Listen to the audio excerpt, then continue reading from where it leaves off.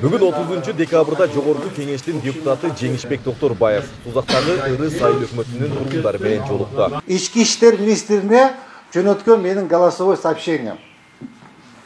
Бирок ал кишиден эч кандай жооп болгон жок. Мен ал кишиге чалдым. Приемныйна чалдым. Бирок алган жок. Ошол болгон инциденттен кийин 2 неделяден кийин менин такыр чара колдонбогондон кийин, андан кийин мен биздин урматтуу генералыбыз Камчыбек Ташиевка жолугуп айттым. Инибизди сабап кетишиптир деп бир оз айттым. Ошол замат операция башталды. Ошол замат мен Абдрашитке чалдым. Абдрашит баарын алып келип камады. 9 декабрда кылмыштуу топтун 10 чакты мүчөсү Сузактагы ыры сайыл аймагында ок атуучу жана башка куралдарды колдонуп, каракчылык кылган. Анын кесепетинен бир нече тургун жабыркап, бир жаран бычактан жаратылып, ооруканага жеткирилген. Окуядан жабыркаган Аврорбек Досматов себепсиз эле уур тепкиге алып кеткендигин айтат. Себепсиз келип, бизлер точно вооруженный келип туруп урушуп кетти да. Кыйчуу болуп талпа жүгүрүп келатуу деген да, машинадан түшсөм ошо жаш балалар кулап келатуу экен.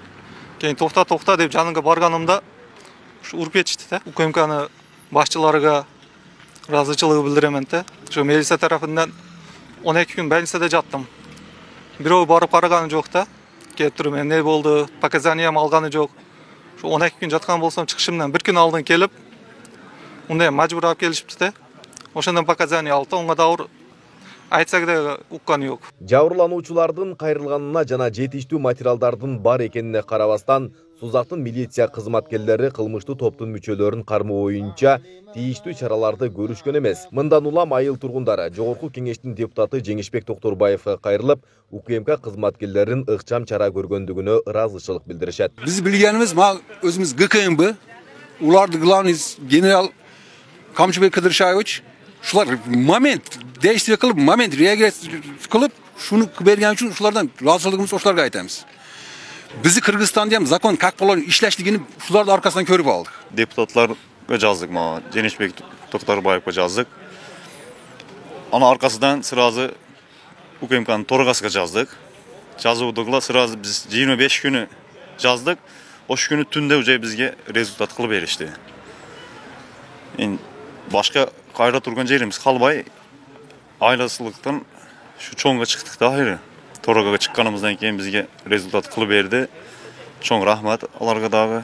Бул окуядан кийин Жалал Абад облустук ички иштер башкармалыгынын башчысы, бөлүм башчылар жана кызматкерлер иштен алынды. Айбек Исабеков, Самирбек Тойчубаев,